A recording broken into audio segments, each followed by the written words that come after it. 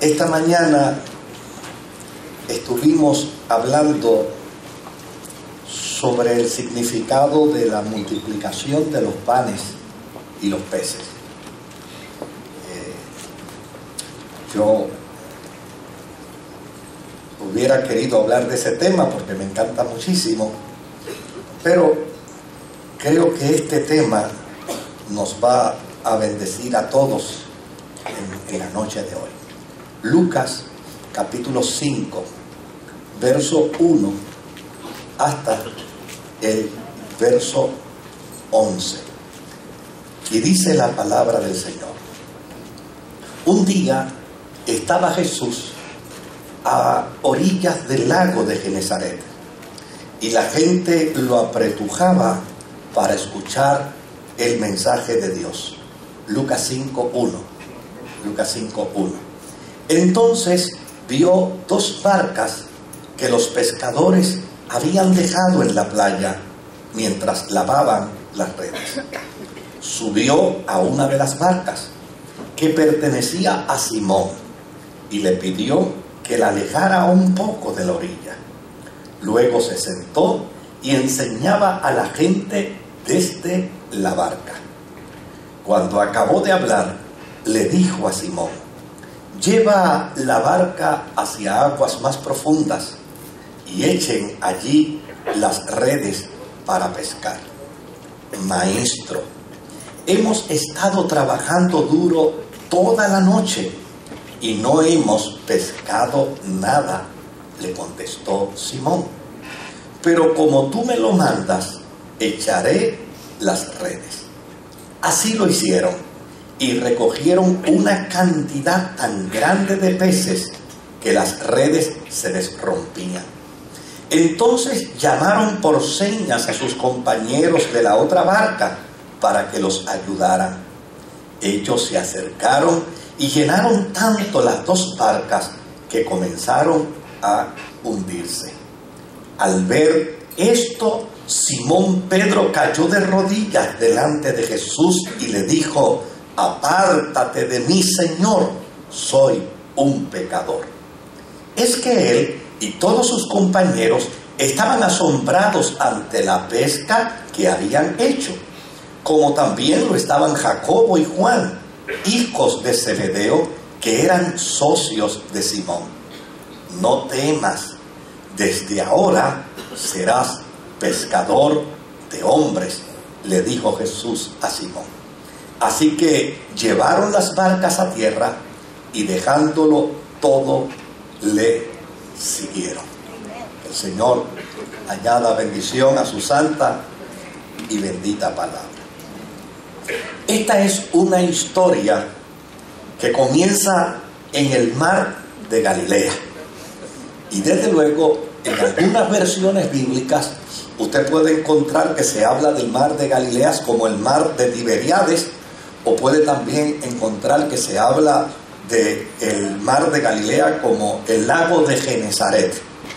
Desde luego, no es una extensión de agua muy grande. Tiene unos 20 kilómetros de largo por unos 13 kilómetros de ancho, nada más que eso. Hay ríos que son mucho más grandes que esta extensión de agua de mar. Desde luego, la historia bíblica relata que en el mar de Genesaret y en sus alrededores, Jesús hizo cerca de 18 milagros. Por lo tanto, leer historias de Jesús en las inmediaciones del mar de Galilea es aventurarse a escuchar un milagro de los que Jesús realizó e hizo en aquel lugar. Desde luego, al lado de ese lago, Jesús impartió muchas de las instrucciones más importantes a sus discípulos. Y la razón por la que finalmente predica y enseña en el lago es porque le cerraron las puertas en las sinagogas. Cuando Jesús vio que ya en las sinagogas no le aceptaban, que ya en las sinagogas no le permitían la entrada, entonces llana y sencillamente optó por irse cerca del lago de Nazaret y allí empezar a enseñar a sus discípulos.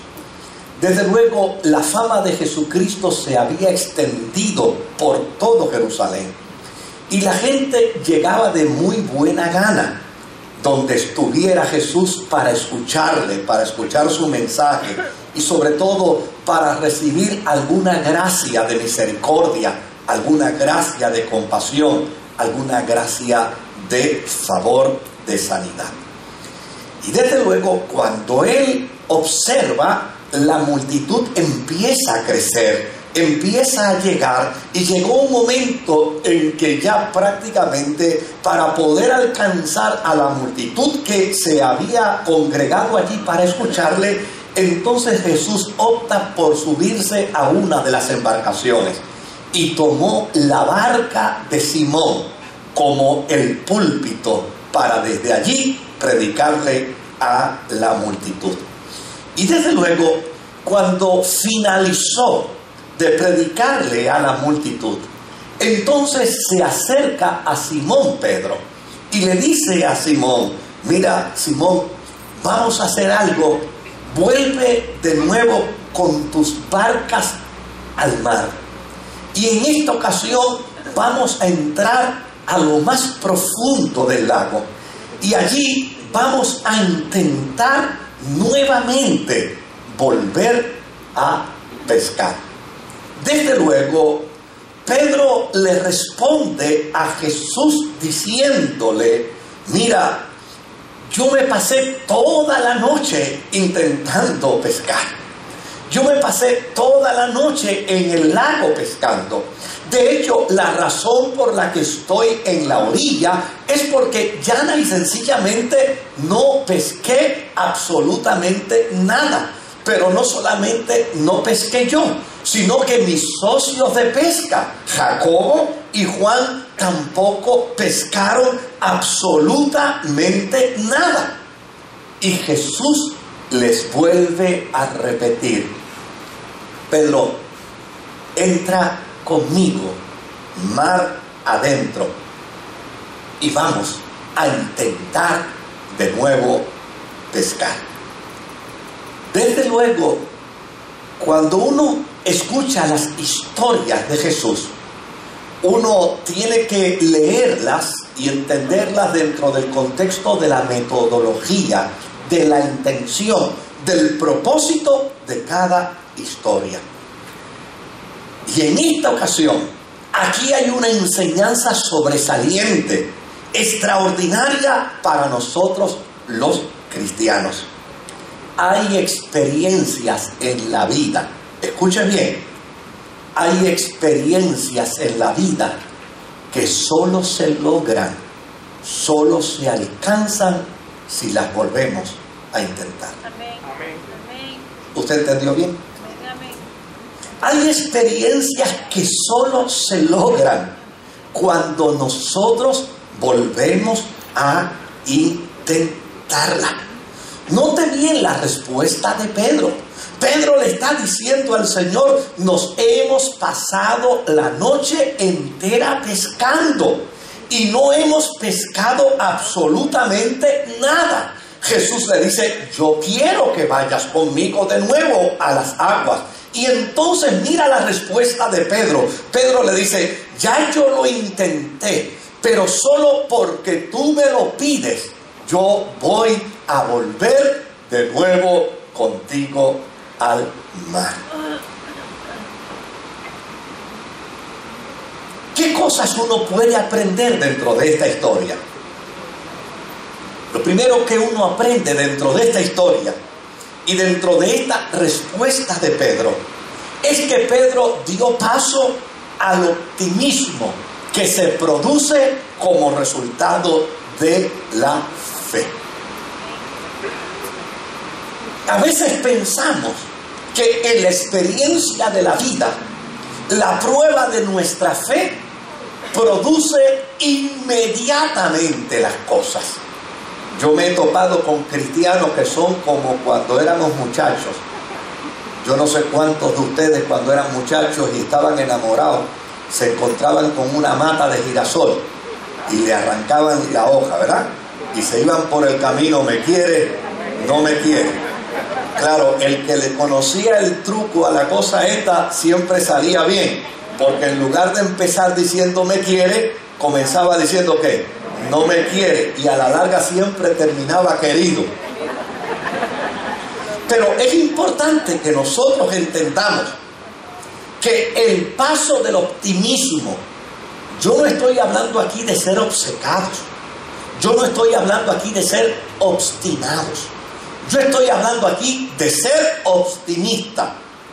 El primer paso que debe dar un hombre y una mujer dentro del optimismo es aventurarse a creerle a Dios. Es entender que la palabra de Dios está llena de promesas. De hecho, hubo alguien que se dio a la tarea de contarlas. Yo no las he contado, pero hubo alguien que se dio a la tarea de contarlas y dice que en las Sagradas Escrituras hay cerca de 34,000 promesas. Y mire qué dato interesante. En el tiempo en que yo me criaba, yo escuchaba un cántico en la iglesia que decía: las promesas del Señor mías son. En la Biblia yo lo leo y yo sé que es la verdad. Las promesas del Señor mías son.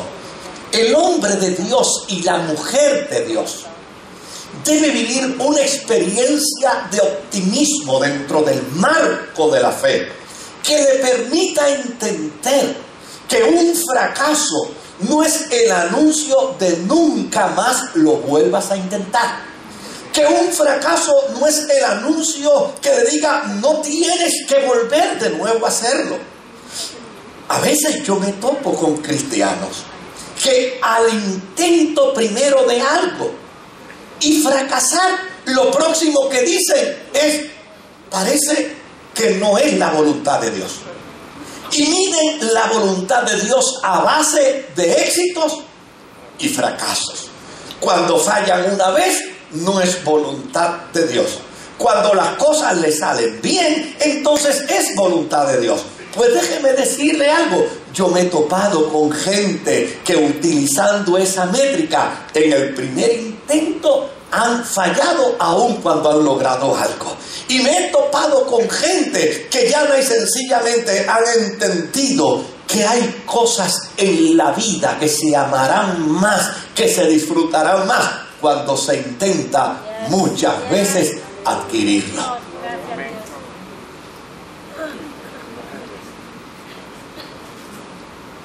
Pedro ya había visto a Jesús hacer milagros.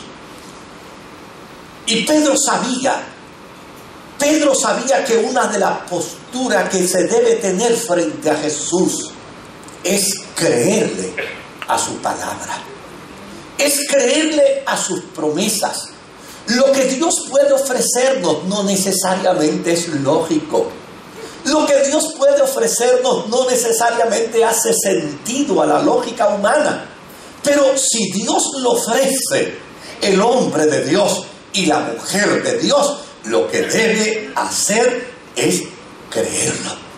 Note bien la respuesta de Pedro aquí. Señor, ya yo lo intenté, pero si tú me pides que vuelva de nuevo a intentarlo, solo porque tú me lo dices, yo lo voy a intentar de nuevo. Porque ya y sencillamente nosotros no podemos darnos el lujo de defraudar a Dios en el desafío que nos hace. Mire lo que las Sagradas Escrituras dicen: el que se allega a Dios, crea que le hay y que Él es galardonador de los que le buscan. Por lo tanto, en la experiencia de la vida cristiana, y vuelvo de nuevo a repetirle, usted no tiene que caer en la trampa de la obstinación. Usted tampoco puede caer en la trampa del pesimismo, donde como resultado de un fallido intento, llana y sencillamente se rinda ante la posibilidad de una bendición, de una gracia, de una oportunidad que Dios pueda ofrecerle. Desde luego, ya era de día y Pedro sabía perfectamente bien que la pesca es mejor en la noche que en el día. Pero ¿sabe lo que nos enseña esta lección? Esta lección nos enseña que la fe opera en contra de las circunstancias. La fe opera contrario a las circunstancias.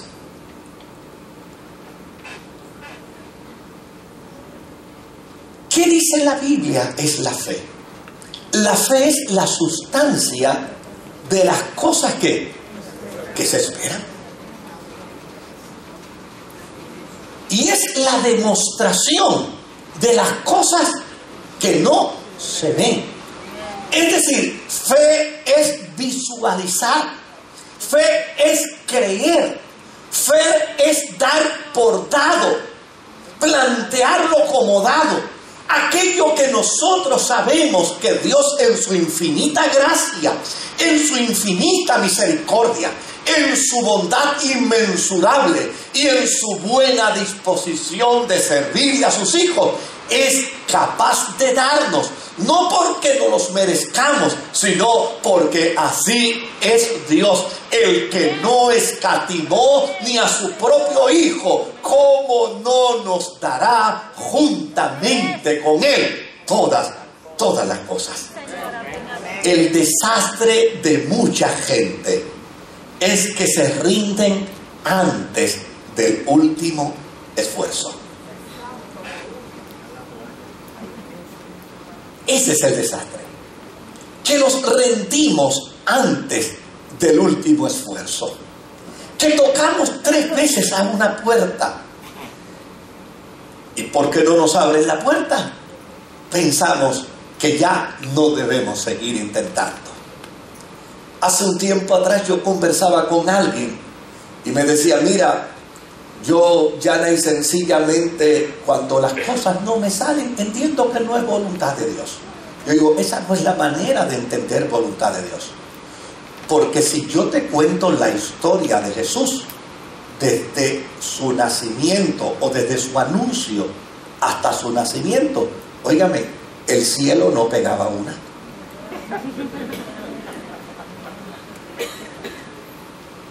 ¿Dónde nació Jesús?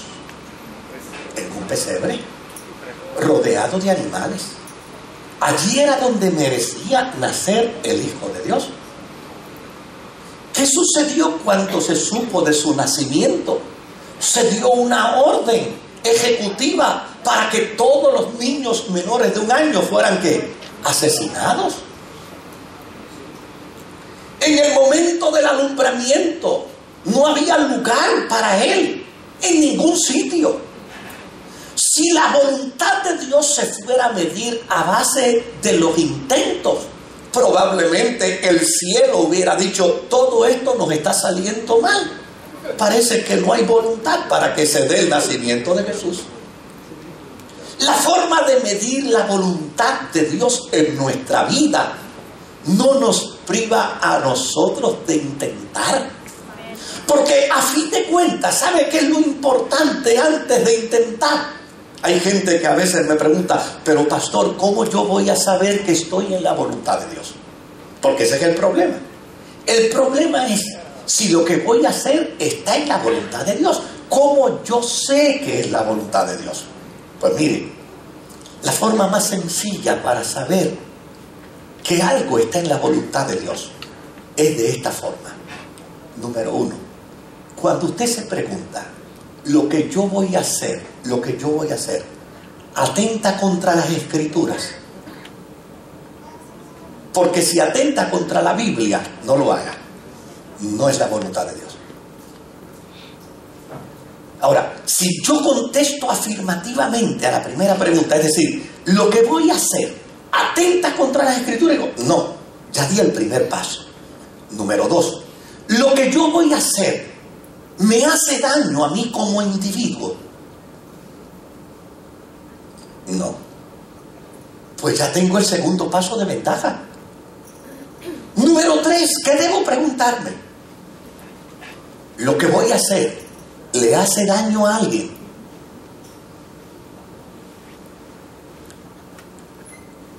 Pues mira, no le hace daño a nadie. Ya tengo el tercer paso. Lo que voy a hacer lo puedo testificar para decir que toda la gloria y toda la honra se la doy al Señor. Pues ya di el cuarto paso. ¿Qué me detiene para entender que lo que voy a hacer está ¿dónde? En la voluntad del Señor. No tengo que ponerme a jugar con el vellón de Gedeón, ni tengo que ponerme a jugar con señales, ni a pedir que se mueva esta estrella para acá, ni que el sol se ponga para este otro lado. No tengo que andar con nada, simplemente entender lo que dice la Escritura. Todo lo que te venga a la mano para hacer, hazlo ¿qué? Hazlo según tus fuerzas. Hazlo dentro del marco del entendimiento de las Sagradas Escrituras. Porque a fin de cuentas, el desastre de mucha gente es que se rinden antes del último esfuerzo. Y si hubieran hecho el último intento, hubieran logrado su objetivo. Gracias, Señor. Déjenme contarle algunas historias. La primera que le quiero contar es la de Abraham Lincoln. ¿Sabía usted que la vida de Abraham Lincoln por casi 30 años fue una vida de rotundo fracaso? En el 1833, teniendo él aspiraciones políticas, sufrió una crisis nerviosa que lo llevó a un confinamiento por salud emocional. Después que se recuperó en el 1833, intentó ser elegido a la Cámara de Representantes 6 veces. Y las 6 veces perdió. Déjeme decirle algo más. En el 1848, entonces se nominó al Congreso de los Estados Unidos, porque en el 1844 había perdido como candidato al Congreso. ¿Y sabe qué le sucedió en el 1848? Volvió a perder. En el 1849 decidió aspirar a ser oficial del ejército. ¿Y sabe qué sucedió? Le denegaron la aspiración como oficial al ejército. El jíbaro hubiera dicho hasta aquí: no sirve ni para pool ni para banca.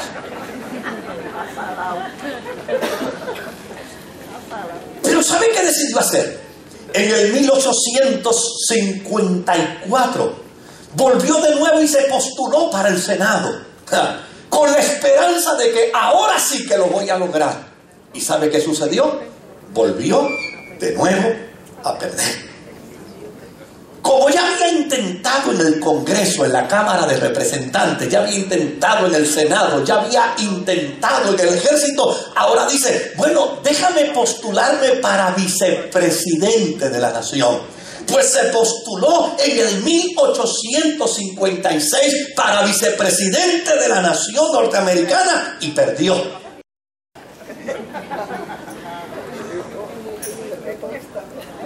Y entonces, como descubrió que no servía para vicepresidente, dijo, bueno, pero ahora la nación me conoce, la gente ya ha escuchado mi nombre, déjame volverme a postular para aspirar de nuevo al Senado. Y en el 1858 intentó entrar al Senado y volvió a perder. ¿Qué usted hubiera hecho hasta ahí? ¿Ah? ¿Sabe cuánta gente le recomendó a Abraham Lincoln? Retírate. No sigas pasando vergüenza, amigo. No sigas sufriendo tanta frustración. Tú has botado tanto dinero tratando de lograr tu meta, tratando de lograr tu objetivo. ¿Sabe lo que sucedió con él?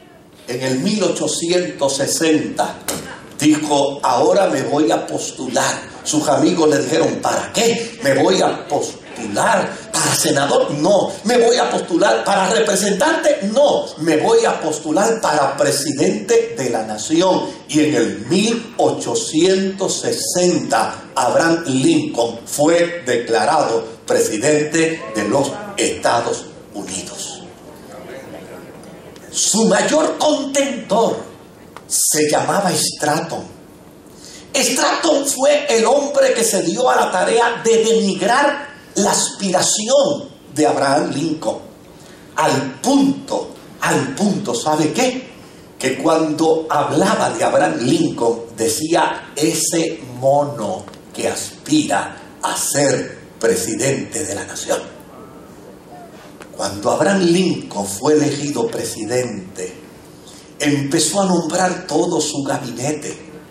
Y cuando tocó la oportunidad de nombrar al secretario de Estado, al secretario de guerra de la nación norteamericana, le dijo a sus amigos, voy a nombrar a Stratton.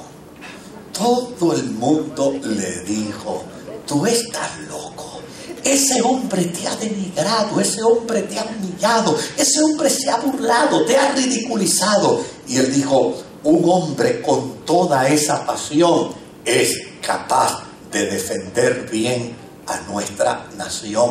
Lo nombró secretario de Estado. ¿Y sabe qué? El día que Abraham Lincoln fue asesinado, en ese día cuando lo llevaron para depositarlo en la sepultura, allí Stratton dijo las palabras que jamás la nación olvidó. Entre lágrimas, Stratton dijo, hoy la tierra recibirá y el cielo recibirá al hombre más importante de la historia de esta nación. ¿Cuántas veces tú has intentado algo?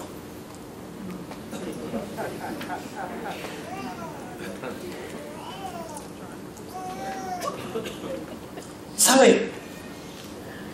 Cuando uno empieza a mirar la historia de los discípulos de Jesús, Jesús nombró discípulos que eran recaudadores de impuestos.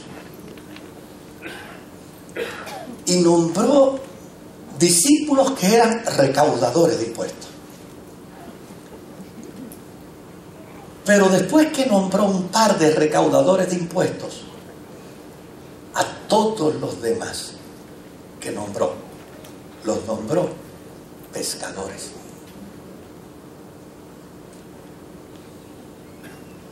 Y yo me puse una vez a preguntarme, ¿por qué Jesús habrá escogido tantos pescadores?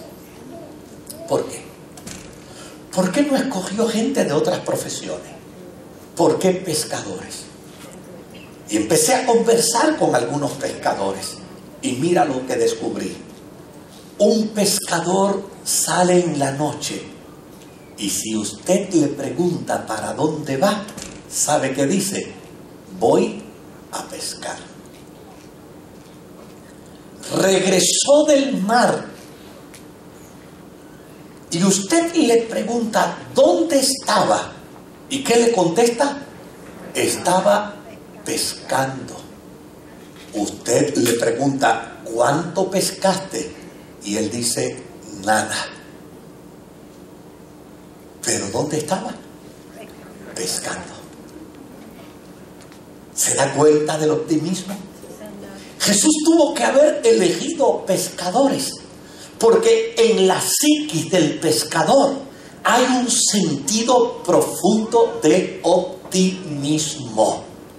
Optimismo que necesitamos nosotros los cristianos. Optimismo para entender lo que la Biblia dice. Hay gente que ha venido donde mí en medio de una crisis, en medio de un problema, a buscar un consejo. Y sabe que me dicen, y no me diga, pastor, que a los que aman a Dios toda obra para bien. Digo, pues entonces vete, no te voy a decir nada. Porque a fin de cuentas, en la experiencia de la vida cristiana, el optimismo en nuestra relación con el Señor es importante, porque es la forma y manera que como humanos le podemos evidenciar a Dios la dimensión de nuestra fe. Déjeme hablarle de alguien más. Hay un Señor al que todos conocemos por la gran aventura de haber comprado millones de cuerdas de terreno en el estado de la Florida. Yo estoy seguro que ya ustedes saben de quién estoy hablando. Este hombre sufrió, al igual que Lincoln, una crisis nerviosa que lo confinó a un hospital. Cuando salió de allí, se reunió con unos inversionistas. Y mire lo que le dijo a los inversionistas: quiero desarrollar un proyecto bien grande, un proyecto que hará que todos los ojos del mundo se fijen en él. Un proyecto que revolucionará a la niñez y hará que los adultos también lo disfruten. Todos los inversionistas le escucharon. Desde luego, la mentalidad del inversionista es: voy a invertir dinero en un proyecto, pero me tienen que convencer que de arrancada yo voy a triplicar mi inversión. Ahora, cuando le preguntaron con qué tú vas a lograr que todos los ojos del mundo se fijen hacia ese sitio que tú vas a adquirir, ¿cómo tú lo vas a lograr? ¿Sabe lo que dijo él? Con un ratón. De seguro, algunos de ellos pensaron: hay que volverlo a meter de nuevo al hospital psiquiátrico. Con un ratón. Un ratón hará que todos los ojos del mundo miren hacia ese punto de la Florida. Un ratón moverá a todos los niños del mundo para que fuercen a sus padres a venir a ese lugar de la Florida. Óigame, después de haber vivido una crisis nerviosa, después de haber aspirado a un sinnúmero de proyectos que nunca pudo lograr alcanzar, Walt Disney hizo realidad su sueño con un ratón. Déjame hablarte de alguien más. ¿Quién no ha escuchado a Enrico Caruso?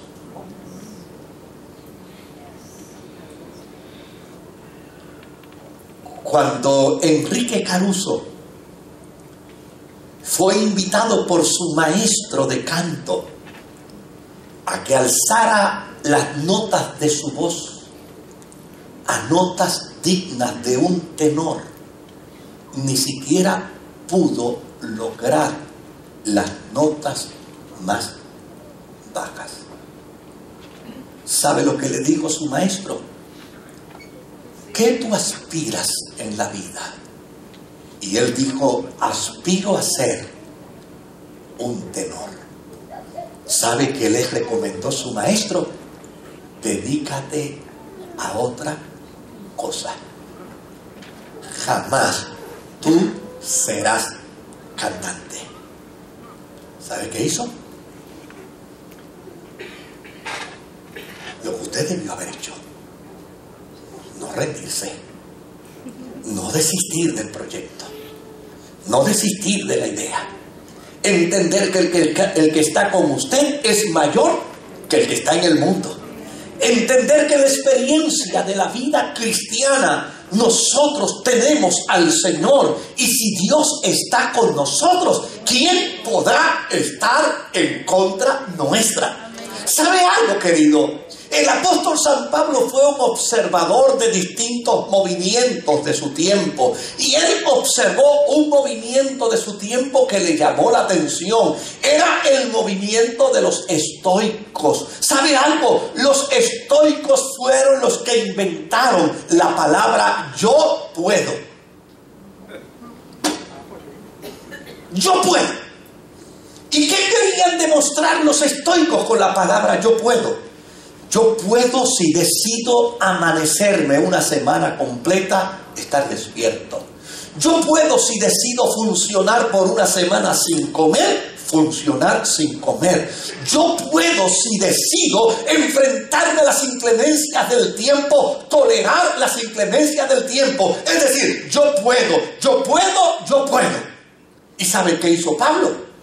A Pablo le gustó la tesis de los estoicos, pero entendió que la fuerza de los estoicos no radica en su yo puedo. Él declaró: todo lo puedo en Cristo porque Él me fortalece. Por lo tanto, en la experiencia de la fe cristiana, querido, en la experiencia de la vida cristiana, el mayor desastre que usted puede vivir en la vida es rendirse antes del último esfuerzo.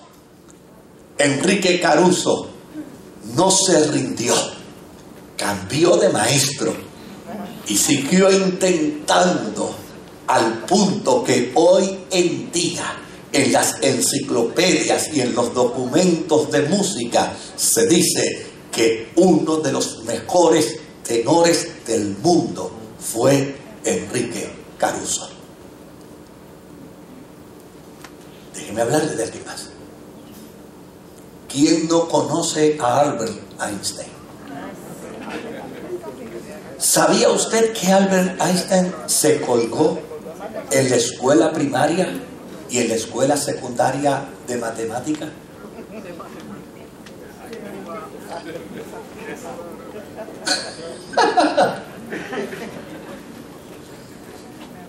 ¿Quién no conoce a Henry Ford? ¿Sabe qué sucedió con Henry Ford? A la edad de 40 años se declaró en bancarrota.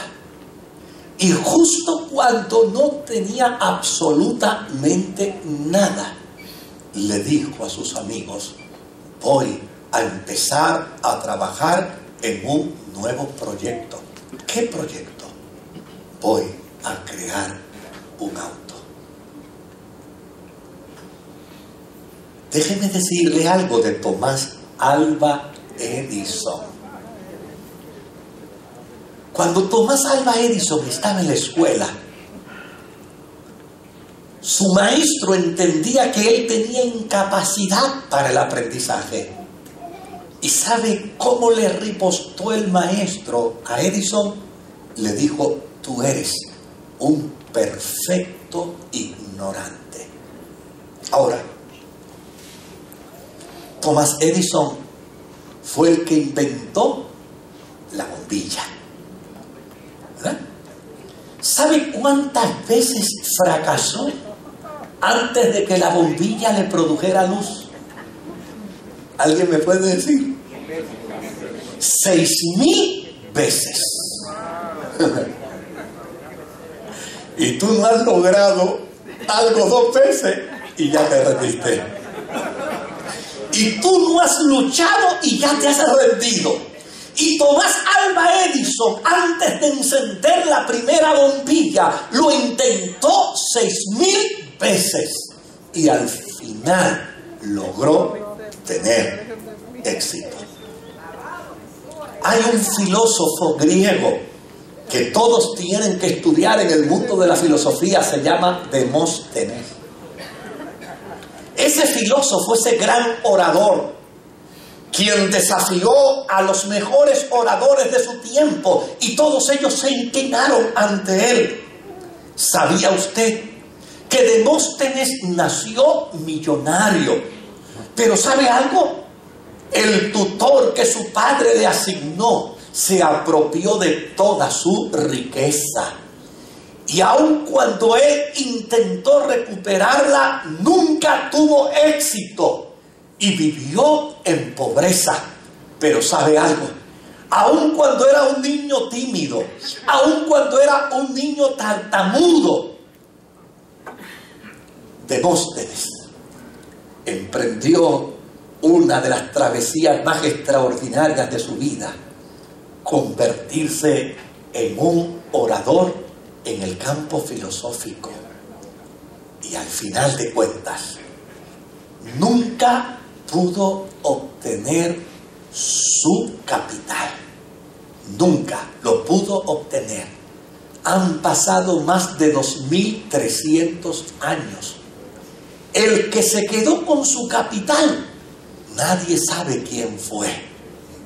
Pero todo el que estudia filosofía y letras, todo el que trabaja en el marco de la historia, todo el que estudia la homilética y todo el que trabaja en los campos del conocimiento griego, tienen que enfrentarse a Demóstenes y quitarse el sombrero ante él. A Pedro le acaban de decir: mira, Pedro, vamos de nuevo al agua. Y él respondió como tenía que responder: de ahí vengo yo vengo de pescar. Eso fue lo que intenté hacer. No pesqué absolutamente nada. Pero Jesús le dijo: vamos de nuevo, y ahora métete mar adentro. Y cuando entraron al mar adentro, Jesús le dijo: tira la red hacia tu derecha. ¿Sabe? Yo pienso que probablemente Pedro tiró la red hacia la derecha antes que Jesús se lo indicara. Se pasó toda la noche tirando la red a la derecha, pero no pescó nada. Por eso cuando Jesús le dice: tira la red a la derecha, él vuelve de nuevo y le dice: ¿qué cosa? Señor, solo porque tú me lo pides, por tu palabra, yo voy a tirar la red. Pues qué bueno, porque el que te pide a ti que creas en él es el que le dijo a Pedro que tirara la red hacia la derecha. ¡Qué bueno! Porque si tú aprendes a creer en el Señor y a confiar en el Señor y aprendes a entender la voluntad y el propósito de Dios, no importa todas las veces que tengas fracaso, no importa todas las veces que te hayas caído, no importa todas las veces que hayas vivido en experiencias agónicas y tortuosas dentro de tu vida. Óigame, a mí me encanta lo que Jesús le dijo a Marta: no te he dicho que si creyeres verás la gloria de Dios. Santo Dios. Cuando tiró la red y la fue a sacar, la red era tan grande y la pesca fue mucho mayor, que dice la Escritura que Pedro entendió que la red se rompía. De inmediato llamaron a sus compañeros por señas, a Jacobo y a Juan, que estaban en la otra barca. Esos no habían pescado, porque ¿sabe quién pesca? El que tiene a Jesús en la barca.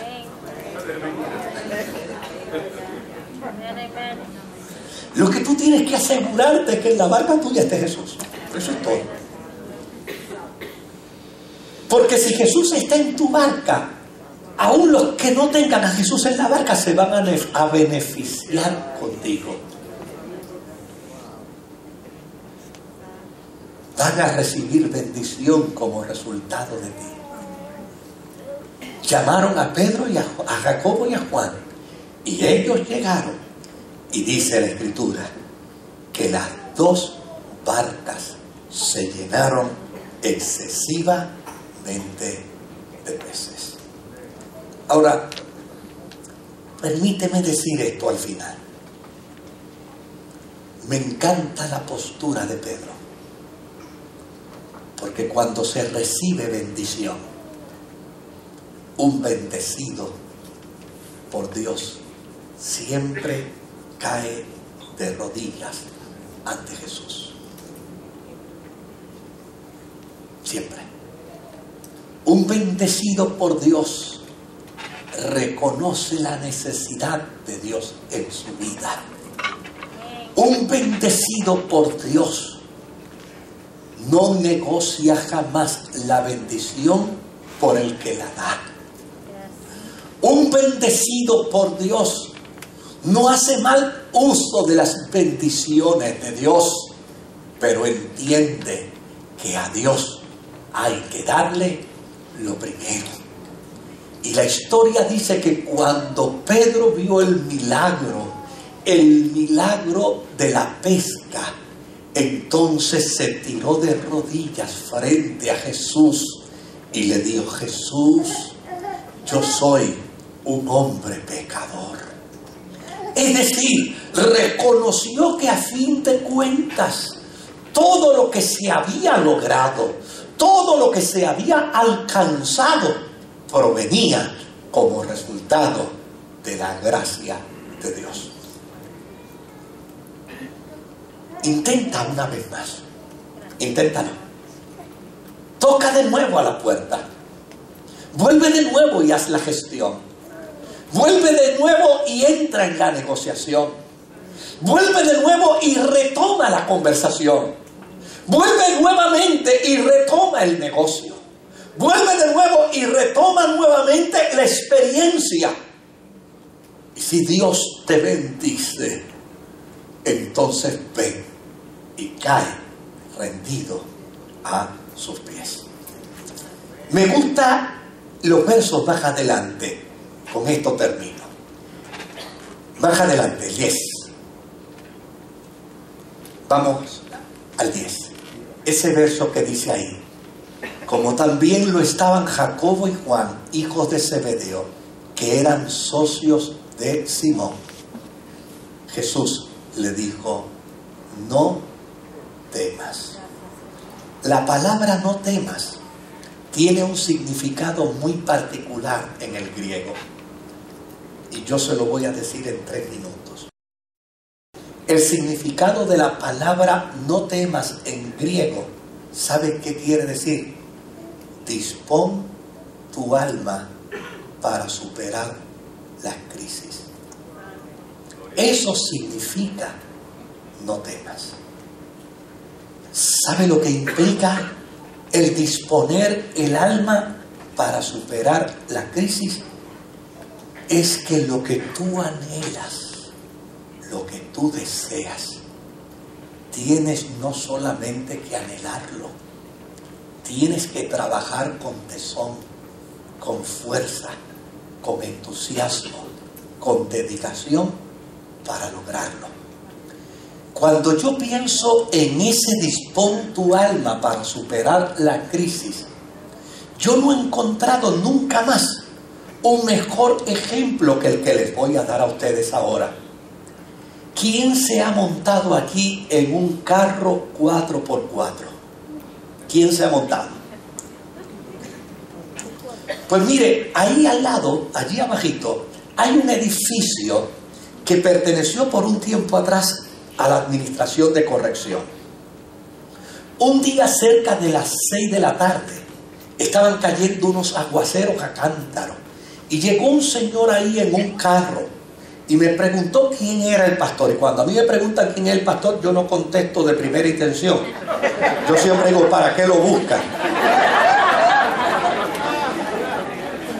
¿Verdad? Uno lo sabe. ¿Cómo? No, que quién es el pastor. Digo: ¿para qué lo busca? Me dice: no, es que tengo algo que quiero presentarle. Digo: pues dígame. Me dice: mire, yo estoy trabajando un proyecto de tierra aquí, yo estoy sacando tierra. Y yo veo que ustedes tienen un hoyo allá abajo y yo quisiera que toda esa tierra la podamos sacar de allí y depositarla acá. Desde luego no lo hicimos porque no era buena tierra. Pero después de aquella conversación, entonces me dice, venga conmigo que yo lo voy a llevar para que vea el lugar.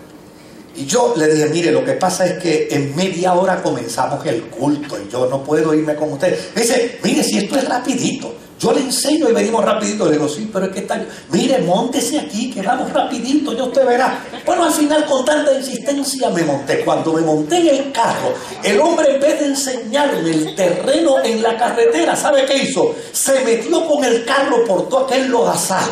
Y oiga, el lodo llegó hasta la capota, el lodo llenó todo el carro, todo estaba lleno de lodo. Él tuvo que prender los wipers para poder ver porque todo se llenó de lodo. Y de momento, cuando estábamos bien adentro, el carro como que empezó a patinar. Y yo dije, este hijo del cielo me va a hacer perder el culto. Yo me le quedé mirando con molestia, me le quedé mirando con coraje, porque yo sabía que allí había más de 6 pulgadas de fango. Yo decía, todavía ahora es que me tengo que bajar yo de aquí, seguir lapachando por todo este fango hasta llegar a la iglesia. De momento el hombre me miró y mira lo que me dijo, tranquilo pastor, tranquilo, este carro tiene 4x4. Óigame, le puso el refuerzo al carro y el carro empezó a patinar de izquierda a derecha, pero me sacó y me dejó aquí. Cuando yo leo ese término, no temas, que se traduce en griego, dispón tu alma para superar la crisis, ¿sabe lo que yo interpreto?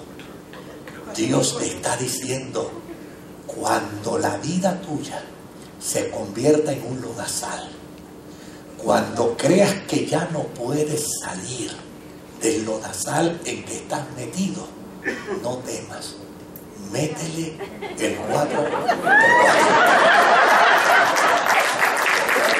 Hazlo. Y en el nombre del Señor, aquí voy con el 4x4. Yo salgo porque salgo. Yo triunfo porque triunfo. Yo creo en las promesas de Dios. Y la palabra de Dios dice que Él no nos ha puesto a nosotros para que seamos cola, sino que nos ha puesto a nosotros para que seamos ¿qué? Cabeza. Óigame, el elemento importante es la justa medida de todas las cosas.